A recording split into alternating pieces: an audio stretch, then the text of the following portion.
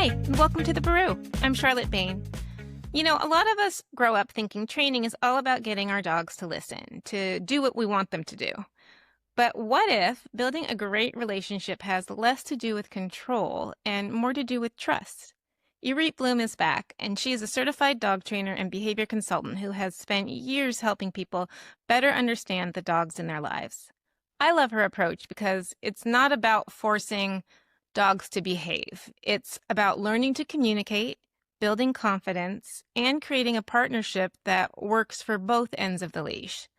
We talk about why trust matters, some of the biggest mistakes that people make without even realizing it, and a few simple shifts that can completely change the relationship you have with your dog. So let's just jump into this chat. Do you have, I'm only asking, like, do you have dogs in your home right now? You like know who I have in my dogs? home right now? I have Pippa. Really? Yeah. And I can't believe she's not barking right now. She's asleep somewhere. That's great. Yeah. So Hopefully, I have Pippa. hopefully Yeah, she won't hear her name being mentioned. I know. So yeah, so Pippa's still around. I told you, I mentioned I lost 7 dogs last year. So Yeah. which was crazy. All of them were seniors and super seniors, except for Doug. That was a shock. That came quickly, and he was How only, old was I he was trying to figure that out. 8. I feel like he was 8. Yeah, Yeah. which seems still kind of Yeah. young. For I mean, a big boy like that, but yeah, it came on like within it. Like he had liver, something was going on with his liver, and it came on quickly. I mean, in hindsight, it was probably developing over a long period of time. Right. But he's always kind of been a slow dude, and solid Yeah. stock. So. So, and Chance passed, as you know. Yeah. And Murray, you said. And Murray, yeah. Mm-hmm. Yeah. So yeah. Although Murray, like that, I feel like life was hard for Murray. Life was very hard for Murray. I mean, he was such a trooper. I think life was harder for all of us than it was for Murray. Well, that's fair. I mean, he kept on rolling. But he was 14. Like, he had a decent, his happened relatively quickly also. He wasn't young. So, yeah. So he, and in his old age, his older years, he did get a little bit more chill because he couldn't hear anything. I was wondering We think if that he lost his happened with hearing. him. Yeah. And so, like, all of the sound sensitivity, he was just whatevs. Yeah. So that's kind of huge. Nice. Yeah. So yeah. But everybody's getting new puppies now. So how about Jagger? How's Jagger doing? I think Jagger did pass. Yeah, actually, Jagger had cancer. I forgot about Jagger. Jagger had like lymphoma, or I think some sort of a blood cancer. Some sort of cancer popped up not too long ago. I think they did several treatments, and then But yeah, I'm fairly certain he passed because I have not seen them. And last time I saw them out walking him, they said it wasn't looking good, and they had tried a bunch of stuff. So, and he had a walker. I haven't seen him out with his walker. Human walker. He wasn't. He wasn't pushing a walker. Although if any dog could do it, Jagger could have done that. Yeah. So I don't 100% that I should check in with him. Yeah, I don't 100% know what happened there, but yeah, I did know he had cancer, so he probably. I reached out to everyone around the time of the fire, but I haven't been that good about following up. You know, I'm gonna say that it's interesting, and I'm not. And the woo woo in me is like, everyone seemed relatively fine before the fires, dog wise, and then I'm just curious if like all the stress and all of the moving around and taking on your humans' emotions and stress and all those things, contributed to the demise of a lot, because it was really stressful for a lot of the animals during that time.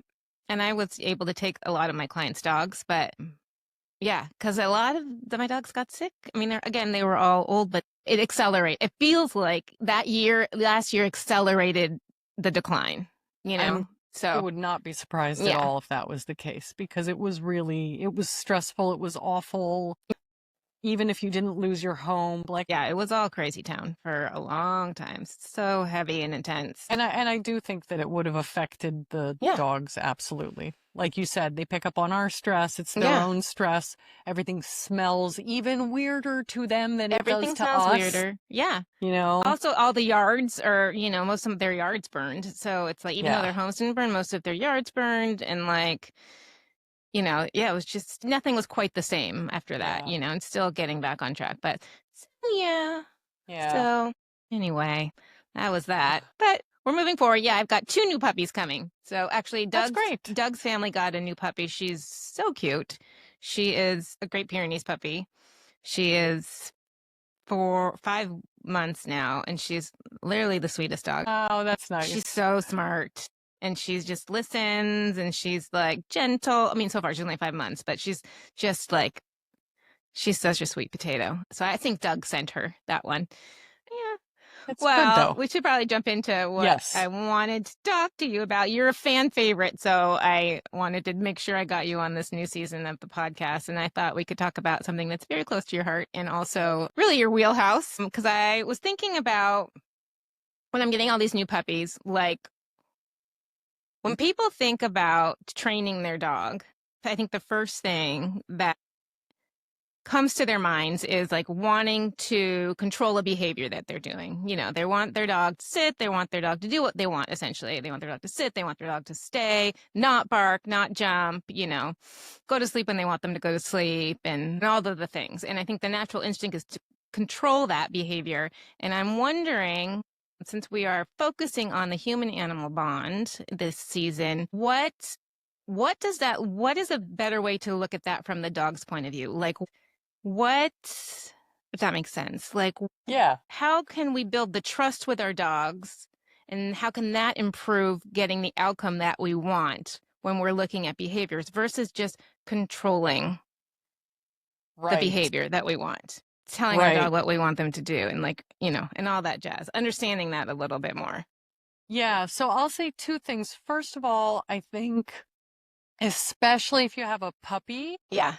I think it's a real mindset shift, because puppies are, I mean, let's face it, they're like messy. I mean, they're literally messy. Yeah. But puppies are kind of a mess. Your household becomes a mess when you have a puppy, because like it's really hard to control everything. So we'll start by talking about puppies, then we'll go to the slightly easier scenario if I've adopted an adult dog, or with puppies, people have this tendency to want to just box the puppy in. They kind of like, we'll keep him in a crate, we'll keep him in a pen, we'll keep him away from everything, we'll make sure that he only goes out to potty and never goes out and does anything else. We won't let him sniff around in the grass, because who knows what he'll get into. And all these things we do with our puppies that it's almost like we wrap them in bubble wrap. Right. To the point where it's too tight for the puppy. And what I've noticed is the puppies that we had 30 years ago were generally much less likely to have anxiety and fear issues than the ones that we're raising today. And I think part of that is the bubble wrap. So I want to sort of start with the puppy part. I think that in our effort, we're like, oh, I want to form a bond with this puppy. I want to make sure the puppy is safe. I want to make sure nothing bad ever happens to the puppy. We get so out of control with that we don't let anything happen to the puppy. Interesting. Yes. And there's 2 things that happen with that. One is we don't really let the puppy develop a personality like on their own. We're constantly steering them. And so we don't really get to know who they are, which makes it a little harder to form the kind of bond that I really want with a dog. And the other thing is then we limit their exposure to things, and we limit their ability to choose what they do. So what we know from research, and I'm talking about decades of research in dozens of different species, is that when animals don't have control over things around them, they are under more stress. And when they're under more stress, they tend to think less clearly. And when they think less clearly, they make sometimes not the smartest decisions. Sure. Now, a puppy doesn't really know how to make decisions very well. Anyway, they're just learning about the world. Right. But if we don't let them go out and learn about the world, then they don't learn how to make decisions. So, it's sort of like, and I realize that parenting is done differently today, but it's sort of like if you have a child and you never ever let them try something that they might fail at, then they never learn how to turn around and say, okay, well, that didn't work, so let me try something different. Right. And B, they don't learn how to deal with failure. And both of those are really important skills. So from a puppy standpoint, I want my puppy to be able to deal with sometimes I don't get what I want. Sometimes I can't get to the thing that is interesting to me. Sometimes I can't solve the puzzle, whatever the puzzle is. And I also want them to be going out and trying to solve those puzzles. But what we tend to do as puppy parents is we tend to say, let me help her with this. Let me open the toy for her, or let me make sure that she doesn't accidentally trip over this thing because she might get hurt. But if I'm not talking about like, don't drop your puppy off a cliff. Like I'm not, Yeah. but there are reasonable things that if the puppy accidentally bumps into the wall because she's doing this while she's walking forward, I know these dogs. I've met these dogs. I've had those you know, too. that's a learning opportunity. Oh, if you don't look where you're going, you might bump into the wall. Right. And 999,999,999 times out of a billion, nothing bad is going to happen. Right. So I think that we have this tendency to say, I'm just going to control every little thing, not necessarily even in my puppy's behavior, but about my puppy's world to make sure that nothing bad ever happens. But if nothing bad ever happens, then first of all, nothing good really tends to happen either. Nothing that's exciting to them because you're sort of curating their whole life, and they don't learn how to deal with bad things happening. They don't learn the resilience that they need. And somewhere in there, you wind up with an animal that it's almost like, I don't trust you enough to let you be your own creature, to be your own being. And so to get back to the bond, because I've kind of moved away from it a little bit, in the end, what I want to form I think of it almost like a friendship, a relationship with my dog where I know what their sense of humor is like. And I know what stuff really jazzes them up. And they're like, whoa, I love this thing. And I know what stuff they find boring. And the only way I'm going to learn those things and get that deep understanding, that sort of strong bond, the intimate, and I mean that in the sense of emotionally intimate, that intimate connection, is by really getting to know them. And if I'm constantly telling them what to do, don't do this, yes, do that, go here, don't go there, then I don't get the opportunity to learn those things about them. And I also think this is why we wind up with these really, unfortunately, fairly anxious dogs being much more common than they used to be, is because we don't let them control anything in their lives. And so they've got all this stress because things are going to happen to them. And then when once in a while we're not there to pave the road for them and make sure that nothing bad happens, they have no idea how to deal with it when an obstacle comes along in their path. Right. So I'm a really big fan of stand back and let the dog be as much as possible. And of course, I'm going to intervene when there's danger. I'm not letting my dog run out into the street. Right.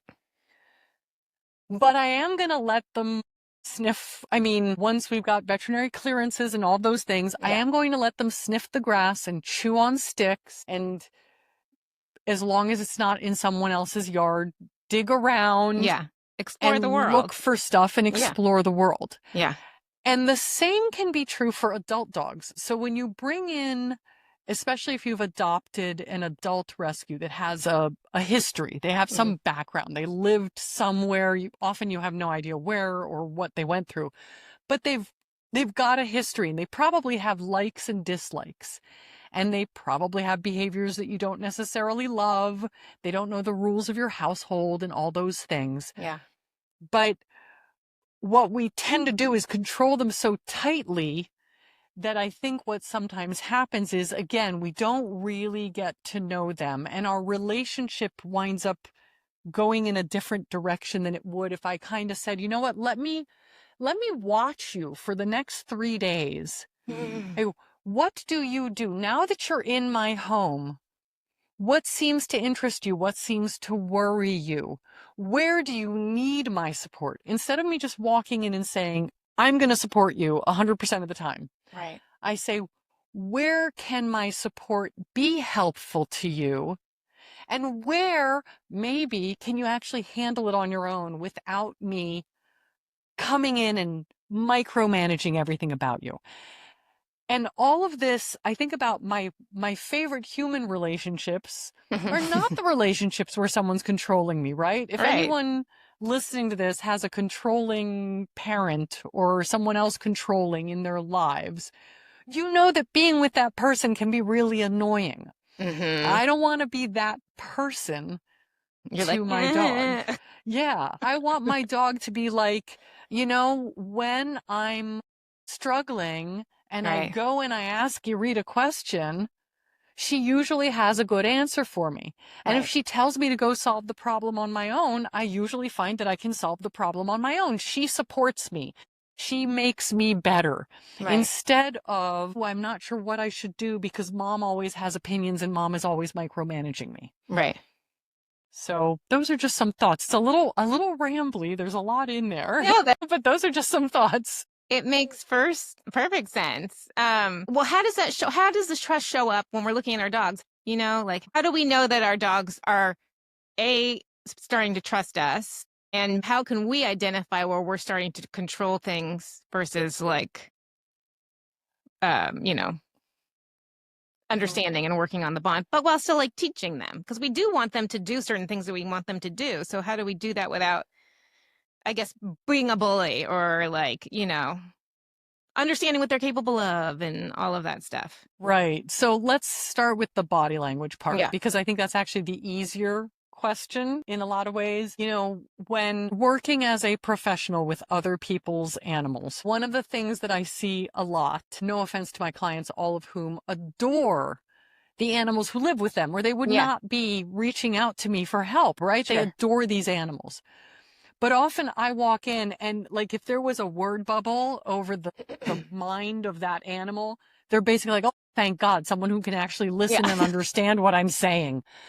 Because their whole life, they're like, I'm communicating and nobody's listening because we don't necessarily know how to read the body language.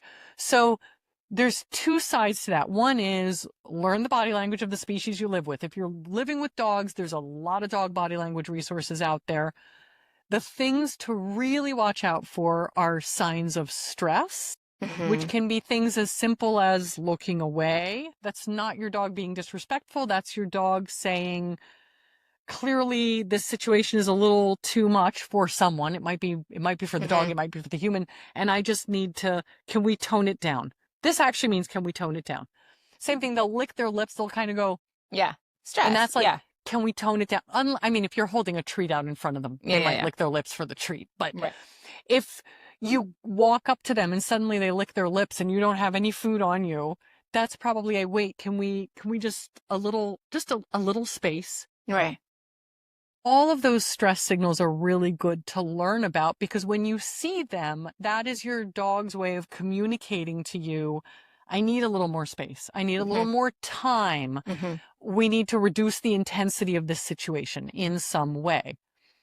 The flip side is when you have a dog who has a lot of joyful body language, their muscles are loose, their ears are up, they've got a smile, because as Patricia McConnell says, dogs smile just like us. We just get distracted by the teeth and the fur, but it's a very similar facial expression. So the smile, all of those things, when you see those, that's telling you that the dog says, I know you have my back. Yeah. And I can be relaxed around you. So you really want to see that relaxed body language. Now, am I relaxed around every person that I have a good relationship with 100% of the time? No, but those are some of the signs that you can look for, is that the dog seeks you out and the dog is not afraid to walk away from you. Like if they're you're petting them and they're like, I'm done. Yeah. And they just walk away. Yeah. And they know that you will let them walk away. That's them having control over the interaction. Just like I might say to someone, I don't want to hug right now. Right. And if you don't listen to me when I say I don't want a hug right now, I'm going to have a problem with you. Right. I don't want my dog to feel that way about me. I want my dog to be able to say, you've petted me long enough and I want to go and be in my own room for a little bit. Right. So the thing to look for, the thing where we can really help build that trust is the communication. And all of the body language we just talked about is that communication. And another sign that I see when someone has a great relationship with the animal they live with is that the animal is communicating very consistently and they're paying attention. And then when the nice thing about it is it's a two-way street. If I listen when my dog says back off, then my dog is a little more likely to listen when I say back off, if that kind of makes sense. It's like we're having a conversation now, and it's not that you never listen to me. You do listen to me. And it's okay if sometimes the answer is no. I can't do what you want right now. That's fine. That's part of why I want puppies to learn frustration. The answer is not always going to be yes. But I don't mean I want the puppies to learn frustration. I mean, I want the puppies to learn to deal with frustration. Because sometimes the answer is going to be no. But just looking at every engagement you have with these nonverbal animals who don't have their vocalizations sometimes can actually be really helpful, especially if you have like a northern dog. They're really chatty. But what's an example of a northern dog? Like a husky or an Akita, like where they're like, brrr. Oh, interesting. But for most dogs, they're going to do most of that communication through their body. And if they realize, oh, wait, you're watching. You just read my signal that said, would you come over and scratch behind my ears? And then you read my signal that said, okay, that's enough scratching behind my ears. Then they're going to communicate with you more and more. And that's that foundation of trust. I say something, you listen. And that means that I have a little bit of control over my own life. For an animal who, let's face it, because our animals live in our homes, they don't have a lot of control. They can't just decide to go visit, Marcy, the dog next door. Yeah, I mean, for the most part, they can't even go outside to go potty without our help, right? Because we set it up that way. Right. And we do that for safety reasons and for societal reasons here in North America, especially if you live in an urban environment. And that's fine. That is what it is. Like, we don't have full control over our lives as humans either. So there's a lot of restrictions on us. But the more we can monitor and respond appropriately to their communication, even if the response is to say, I hear what you're saying, I can't do that right now. That's still better than I didn't even realize you were saying anything. So all of that, I think, helps. Does that apply to when we're training and we are like, and the dog is like, I hear what you're saying, but I don't want to do this right now. Or like, I hear what you're saying, but I can't do this right now. Like, how does that apply to actually like hands-on training, I guess? So I will say right now that my attitude when I'm training is if the dog is not enthusiastically engaged in the training, I stop. I have a great video somewhere of a dog walking away from me in the middle of a hand targeting session. Like, hand targeting. This is not a difficult task for the dog. Just saying. So for people who don't know, what's hand targeting? No, so hand targeting is basically, hang on, I will use, this is Wesley. Wesley is not real. Yeah. Oh, hey, Wesley. I remember Wesley. Yeah, he's a good boy. He's very, very well behaved. Doesn't communicate a lot. I have to admit. He does not. He's got one facial expression. Yeah, one facial expression. He's a little stiff.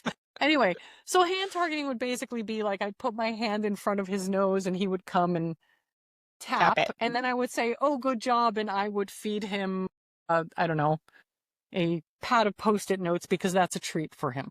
So I would like put my hand down. He'd do this. I'd say good and hand him something, or I would just, hand him the thing. So it's a really low energy, low effort behavior. Right. And the reason I'm pointing that out is because the more effort we're asking for, often the more the dog is likely to be like, okay, I'm sorry, we've done this 8 times already and I'm just tired. Right. But I have a video of a client dog where I was doing hand targeting and one of his favorite humans walked into the room. You can actually hear they have one of those chimes that goes when they open an exterior door. The exterior door opens, you hear the bing bong, and the dog just does not, like I don't even exist. He just goes off to interact with that person. I don't get upset. I don't try to call him. I say hi to the person who walked in because as a human being, that's the polite thing to do. Right.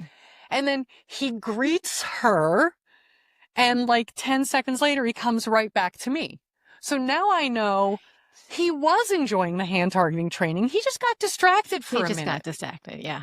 And I think as humans, we do the same thing, right? I mean, well, today we do it really badly with our phones. Like, I'm sorry, my phone is buzzing. Right. But, there are times when we disengage. It doesn't mean I'm necessarily completely done with you.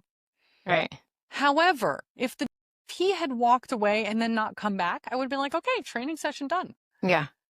I don't need to make him do it when he doesn't want to because he's not going to learn as well if he's not enthusiastic and engaged. Right. And so that's another piece of letting go of the control. Right. And building the trust. I'm basically saying, you don't want to train right now. I can respect that. You're a good dog and I'd rather not push it because the less I force it, the more enthusiastic you'll be next time.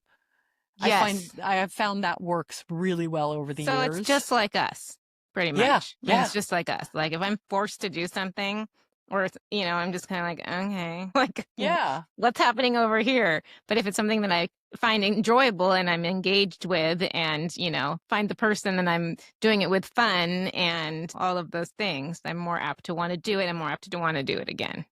Exactly. Yeah. And that's actually in the long term going to serve my training goals better because I don't have anything against training animals' behaviors like down or coming when called. Right. But they're good life skills. Yeah. Yeah. They're but I'm not going to then micromanage my dog so that they're constantly having to do this, that, or the other. Most of the time, the way I deal with a dog or a horse or a cat or whatever animal I happen to be lucky enough to be interacting with is you do your thing. And if your thing involves engaging with me, great, let's engage. Let's do some stuff.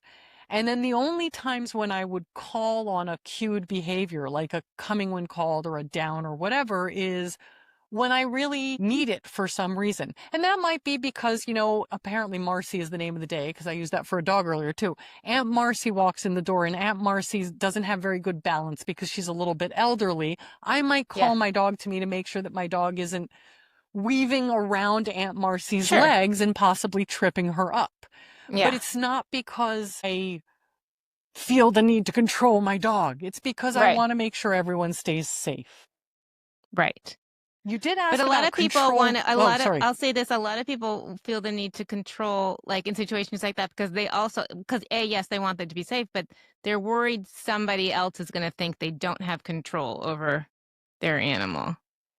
Yeah. And I think that's it's a really excellent point that you're bringing up because we might understand that the bond is important, but like everyone else might not. All they're doing is looking at this dog that's like, not listening, I guess, or whatever, Yeah. And I think it depends on what the dog is doing. And this goes back a little bit to the why I like to let puppies, seriously, my attitude about puppies is interfere as little as possible. Let them run around and do their own thing as much as possible, because the puppies who are allowed to do that at a young age are actually much more relaxed and well-behaved adults. Interesting. I mean, makes sense. Yeah, because they've gotten to explore all the stuff. They haven't felt like they were hemmed in all their lives and things aren't as exciting. They've gotten to, I did this and I did this and I did. And yeah, of course, I'm really excited when Aunt Marcy comes in because I love Aunt Marcy. Yeah. But not every single thing is a big production in the animal's life. So one thing I'll say is the more you take this attitude of letting the animal have control over their own life, the less they're going to tend to be frantic and annoying. Right. And in a situation where you really are worried about people sort of judging you or whatever, just make it worth the dog's while. Yeah. Hey, we've got this lovely mat. You hang out on the mat and I'm going to throw you some food every once in a while. Right. And then I'm going to give you permission to go and greet, and you can go and greet.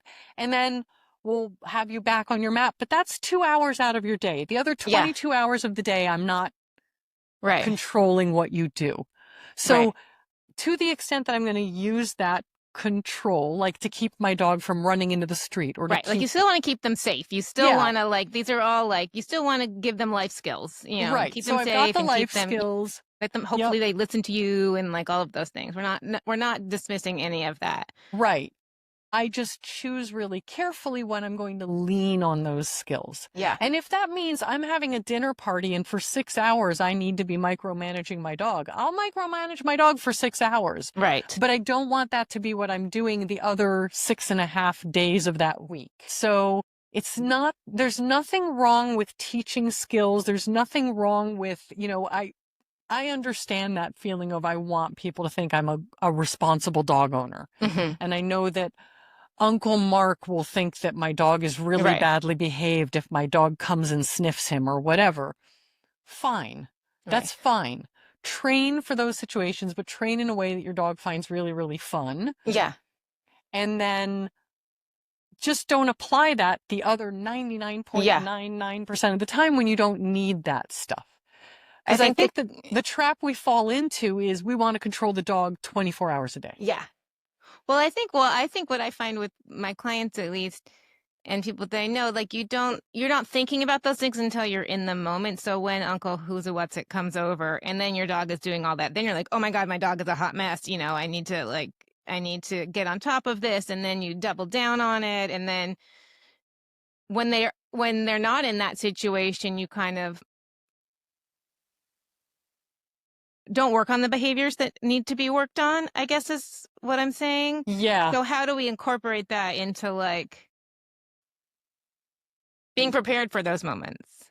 So I think a big part of it is coming up with certain foundation behaviors that you just work on. Yeah. Like literally a couple times a week. Yeah. Keep it easy. Keep it, 5 minutes in the morning, 5 minutes in the night, another day that week. Things like lying down and staying on a specific spot. It could be a location in your home. It could be a towel or a bed, like a dog bed or whatever. Yeah. A hand target, because you can use a hand target to get your dog to do almost anything. You can move them around with the hand target, right? Yeah. A general recall, come to me, come away from other things. These are all things that you're going to want to practice, especially recall. You just want to practice it in the long term anyway. Yeah, so important. Important. Yeah, very important, and not an easy behavior to teach because fundamentally you're always calling your dog away from something that they want. Totally. Another dog, something that looks really tasty but it's poisonous.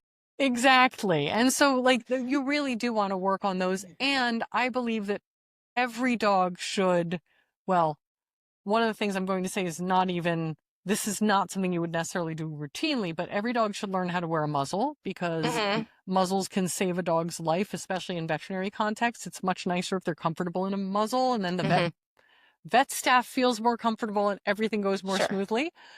And the other thing is every dog should know some kind of confinement, whether it's a crate or an X pen, or you're shut in the bedroom where your dog bed is, or if it's a cat, like in the bathroom with your litter box or whatever it happens to be.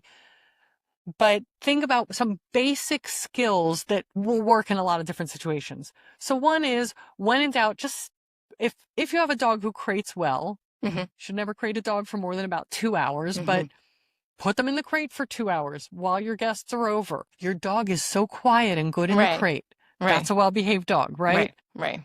Or have them hang out on their bed and give them a chew toy or something to occupy themselves with so that they're not sort of bored while you're all doing the human chatty thing.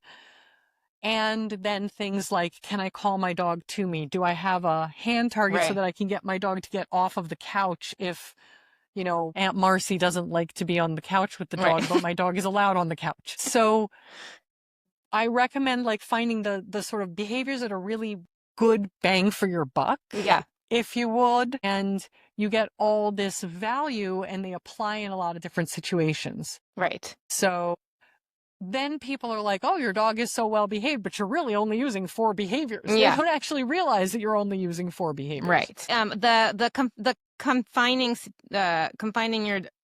letting your dog get used to being in a confined space is so important. And I was reminded of that even more during the fire situation, because as everybody's trying to evacuate, like they're being like, most of my dogs are not crate trained, I don't think. Well, that's not true. I think probably about half of them are crate trained. But yeah, everyone had to move into a hotel or into like, spaces that they don't know. And like, there's just like a high level of stress happening, and having that protection with the muzzle situation too. Like if your dog is stressed out, like they really benefit from being comfortable in a muzzle, because it keeps everyone around them safe, new environments, new everything, and keeps them safe. And the putting them in some sort of a confined situation or getting them used to that, like, people had to put their dogs in like the bathroom of the hotel room, like stuff like that. Like it's just like places that they don't know and they're not used to, I know that's an extraordinary situation, but those are like preparing for those big moments. I'm getting a little off track here, but preparing for those big moments, that potentially could happen, right? So yeah, and both you made a really good point. Both the muzzle and the crate. Yeah. Like, I'm sorry, Charlotte and I live very close to each other in Southern California, very close to where there was a massive fire last year. And it's not just the Palisades fire. Yeah. Yeah. It's not just fires. It's floods. It's earthquakes we could be getting. Any of those things could put you in a position where your dog needs to be in a muzzle and in a crate, or your cat needs to be in a carrier. Yeah.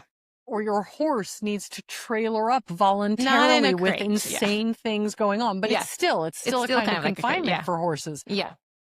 And all of those things can really be life or death. Yeah. In that situation. If I can get my dog into a crate quickly and evacuate quickly, that might save our lives, literally. Right. So, yeah, those are really big things. And I think everyone should learn how to do those, because also if your dog has some kind of catastrophic accident, the vet's going to stick them in a cage at the vet office. Of course. So that's also confinement. So, hopefully none of those things come to pass, but it's definitely good. Right. You asked earlier about control versus teaching. Yeah. And I think that there's this concept in parenting of, I hope I get this right, because 2 of the terms I know, but one of the terms I might get wrong. You can have an authoritarian parenting style, an authoritative parenting style, because why would we make the 2 terms sound different? That's just me editorializing here. Right. And then you can have a permissive parenting style. And it is not good to be authoritarian or permissive. It is good to be authoritative. Okay. And the authoritative is the one where you set boundaries, and the boundaries are strong, and the boundaries are always the same. Okay. But you don't... Boundaries, yeah. Yeah, they're just boundaries. I'm learning about boundaries for myself right now, so I really get it. Aren't we Took me a really long time to understand the boundaries that I need to set for myself. Yeah, it's hard. Yeah. It's hard. The way we're socialized, it is actually hard to set boundaries. Yeah. There's nothing wrong with no meaning no. There's nothing wrong with saying, no, I'm sorry, you can't go out and dig in the mud and then come back into the house. Like, that is not... Like, it's a muddy day and I'm not going to let you go out and dig in the mud. That's a hard line. Yeah. Fine. As long as that's true with every family member, whenever it's been pouring rain. Yeah. Keep it consistent. That's totally fine. But there's a difference between that and sort of yanking your dog away from the mud out of nowhere, which would be more the authoritarian. Got it. Style. Right. And then the permissive would be, just go out in the mud. I don't care what you do, and having no boundaries at all. And that's also not helpful. And of course, I'm saying all of this in relation to dogs. We don't have the research on this in dogs. Okay. We do have the research on it in children. Okay. And there's a lot of good evidence for you want that balance of, I'm here for you when you need me. Yeah. I will support you when you need support. Right. But there are certain lines that are hard lines, and everyone gets to set what their hard line is. Just make sure it's not too narrow of a box. Right. Right. So, but That that's makes the sort of perfect control sense. versus teaching. I Yeah. can teach you. I can house train you by taking you out regularly. Right. Then if you have an accident, I don't get all crazy and whack you with a newspaper, which I hope Right. nobody is still doing, Yeah, I don't because know. it's not going to help That was a real anyway. 70s thing, I think, Yeah, but I I think don't it know. was I mean, pretty maybe they are. 70s. Steve White once said, if the dog has an accident, and you take a newspaper, roll it up, and hit yourself over the head because you didn't take them out at the right time of Right, the day, right, right. So, yeah, I mean, there's ways to teach. We Yeah, don't potty in the house. How do I teach you we don't potty? I yeah, teach you we potty out here because I always right, want to teach what to do. Here are the places where you potty. There's a million of them. None of them are inside my four walls of my home. right. And understanding And that the learning process is a process. Like, it takes time. yes, it takes time. time. Yeah, And so it's the same thing with jumping on people. They're not going to just like one day wake up and be like, oh, I'm sorry, jumping's not right. I'll stop jumping. right, It's going to be a process. The right, same thing is chewing on your furniture, especially if it's a puppy. right. I like putting furniture in X pens. Like Yeah, I put the couch in an X pen. yeah, that makes sense. So all of those things are ways that we can teach first by preventing the problem situation from even being there when possible, and also by explaining the boundary. Hmm. Here's the boundary. Hmm. Here's the boundary. Here's the boundary. And at some point, they get the boundary. Right. As opposed to me rubbing their nose in the house training accident Right. or yelling at them because they chewed on the couch, none of which is actually going to really help them learn what No. to do anyway. Yeah. So that's the difference. Like, it's when we try to grab, those are situations where we're trying to grab control. We're so angry. Right. Right. I was going to say that comes from us because we're frustrated that they're not getting what we want them to do. So we're frustrated, comes from a place of us being tired, frustrated, irritated, whatever else is going on with us. It's, they just trigger that essentially. Yeah. And by doing what they do. Yeah. Yes. And it's totally human to get Yeah. frustrated and irritated. And I don't yell at dogs as a training strategy. Right. But that does not mean I never yell at dogs. Sure. Like, every once in a while. We're having I'm on my last nerve. Yeah. And then I'm like, oh, that was not helpful. That did not serve my purposes. And they're just like, well, what are you doing? Yeah. Yeah, that's the thing is usually the dogs that I live with, they're like, you're acting so strange. Like, okay, lady. Yeah, like what's up with you? But yeah, it's, and the other thing to remember as you try to like building a bond by allowing more choice in your animals. Yeah. The thing to remember is just like for animals, less control means their stress increases, more control means their stress decreases. As we let go of our control, now we have less control, which means our stress is going up. Yes. You saying that we were letting go of control was making me start feeling stressed. Yeah. Yeah. And it's hard. It's like, okay, breathe through it. You're going to let the puppy wander around and trust that they're not going to destroy anything because you hid your Manolo Blahniks in the closet in advance, right? But also make sure they don't eat anything that's going to hurt them. How do you balance that? Like eating? You just use your best judgment. I balance I balance the risk against the benefit. But the other thing is, like, the way I puppy proof, like there is nothing that I don't want the puppy to get into anywhere in their space. Right. Okay. When I'm out on a walk, if I notice that there's a broken bottle, like 10 yards before that broken bottle, I've changed directions. Right. I don't even want to get close. I don't want to be in the position where the puppy's like, oh, what's in that bottle? And I have to pull them away. Right. That makes sense. And in the meantime, I teach them a leave it. And then maybe the next day, knowing that the bottle is there, we practice leave it while we walk by at a safe distance. Right. Farther than the leash can reach. Right. Yeah. So many different ways to do this. I could talk about this for hours, which I know Charlotte knows. Okay. So, all right. So I guess in closing, this was great and helpful and wonderful as always. And I think, thank you. Likewise. I know, I can't believe we haven't spoken in like 2 years. Because it's been 2 years since the podcast went on hiatus, and then the hot fires hit, and then Chance Pat. It was just like one thing after another. I didn't have the bandwidth, or the energy wasn't behind it. But we're back. I guess my closing question, and we've already touched on it a little bit, but just like, so if someone wants to be a better companion for their dog, to understand their dog more, to have a better relationships, where should they exactly begin? Start with observing. Okay. That is the number one thing to do. And I think it's something that's really underrated. Just pay attention. Yeah. And that doesn't mean that you can't interact with your dog. Right. But pay attention while you do. Mm-hmm. Does he go like this when you reach out to pet him? Like that's a signal. Right. That's a signal. It's like the kid who's on just like, oh, I want to give you a big kiss, and the kid's like this, you know? Yeah. You're like, no hugs. Yeah. Boundaries. Yeah. And so like pay attention to those kinds of things. Pay attention to what brings your dog joy, because you can use that stuff to convince them to do things that you would like them to do. Right.